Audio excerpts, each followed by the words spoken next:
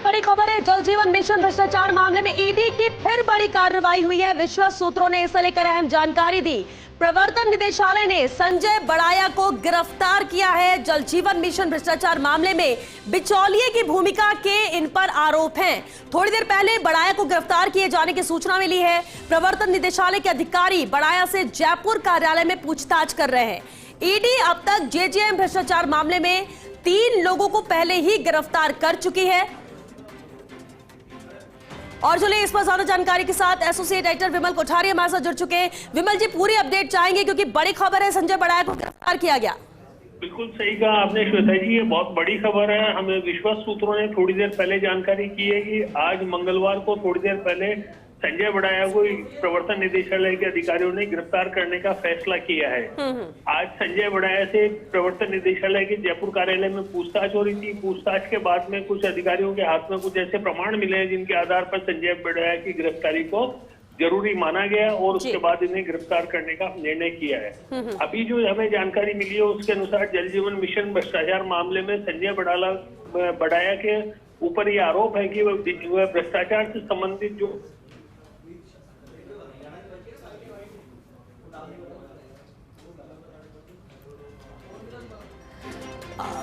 बिल्कुल वापस विमल जी आपसे जुड़ने की कोशिश करेंगे, लेकिन इस वक्त ये बड़ी खबर है। जिस तरह से भ्रष्टाचार था और बता दें आपको, इस मामले में बिचौलिए की भूमिका के आरोप संजय बड़ाया पर है और अहम जानकारी यही मिल रही। प्रवर्तन निदेशालय ने संजय बड़ाया को गिरफ्तार कर लिया है, जहां उनसे पूछताछ लगातार जारी है। प्रवर्तन निदेशालय के अधिकारी बड़ाया से जयपुर कार्यालय में पूछताछ कर रहे हैं और अब तक जेजेएम भ्रष्टाचार मामले में ईडी 3 लोगों को पहले ही गिरफ्तार कर चुका था और अब ये बड़ी गिरफ्तारी इस मामले में है जब संजय बड़ाया को गिरफ्तार किया गया है। जयपुर कार्यालय में अधिकारी उनसे पूछताछ कर रहे हैं।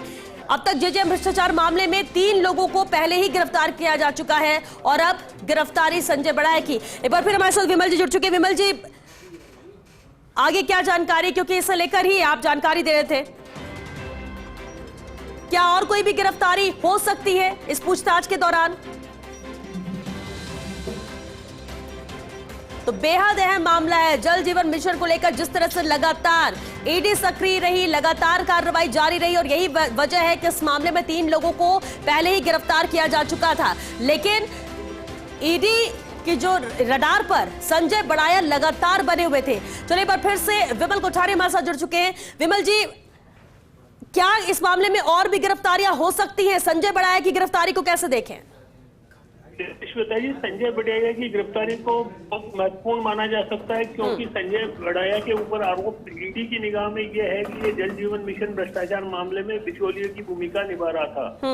अब चूंकि ये बिचौलिया था इसलिए निश्चित रूप से ये किसी 2 लोगों के बीच में कोई धन का लेन देन करता था। इसने कितने धन का लेन देन किया है और अब तक इस पूरे मामले के अंदर इसकी क्या भूमिका रही है, इसके बारे में ईडी जब पूछताछ पूरी करेगी तभी कुछ खुलासा होगा। लेकिन आपने ये सवाल किया था कि क्या इस मामले में कुछ और कार्रवाइयां हो सकती है।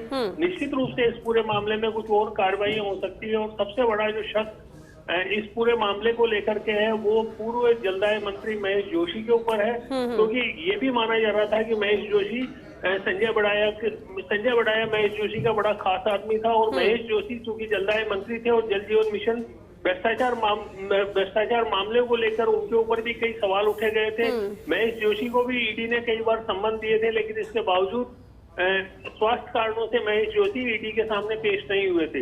अभी जो स्थिति है वो स्थिति के अनुसार यही कहा जा सकता है कि प्रवर्तन निदेशालय के जो अधिकारी हैं वो संजय बड़ाया से पूछताछ कर रहे हैं।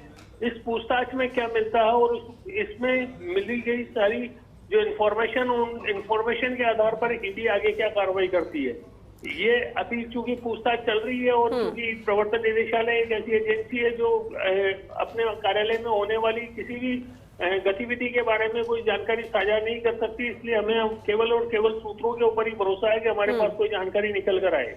बाकी यह कंफर्म है कि संजय बड़ाया को आज मंगलवार को प्रवर्तन निदेशालय ने गिरफ्तार कर लिया है। बिल्कुल विमल जी, जैसे कि आपने भी जिक्र किया और है भी कि पूर्व मंत्री महेश जोशी के करीबी संजय बड़ाया हैं, काफी करीबी, और पहले भी जब बिचौलिए के तौर पर उनकी भूमिका आई थी तो पूछताछ महेश जोशी से भी हुई थी। तो ऐसे में क्या माना जाए, संजय बड़ाया की गिरफ्तारी होना यानी कुछ और अहम खुलासे अब पूछताछ में हो सकते हैं ये, या जांच का दायरा महेश जोशी के गिरफ्त के भी गिरेबान तक जा सकता है?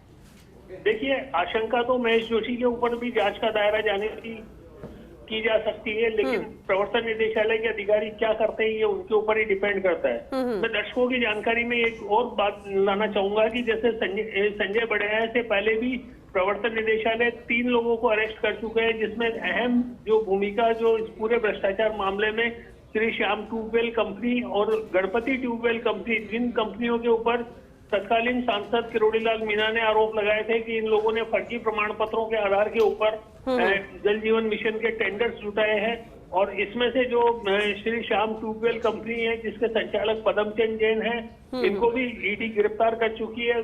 पदमचंद जैन से पहले ईडी ने पदमचंद जैन के लड़के पीयूष जैन को गिरफ्तार किया था, और इस गिरफ्तारी के बाद में जो अहम जो माना जा रहा था इस पूरे मामले के अंदर वो पदमचंद जैन के साले महेश मित्तल है, जिनको भी ईडी गिरफ्तार कर चुकी है। Mister Mahesh Mittal Shri Ganpati tubewell company के संचालक हैं। ये ईडी की गिरफ्त में आए ये तीनों लोग अभी फिलहाल जेल में हैं और इनकी जमानत भी नहीं हो पाई है।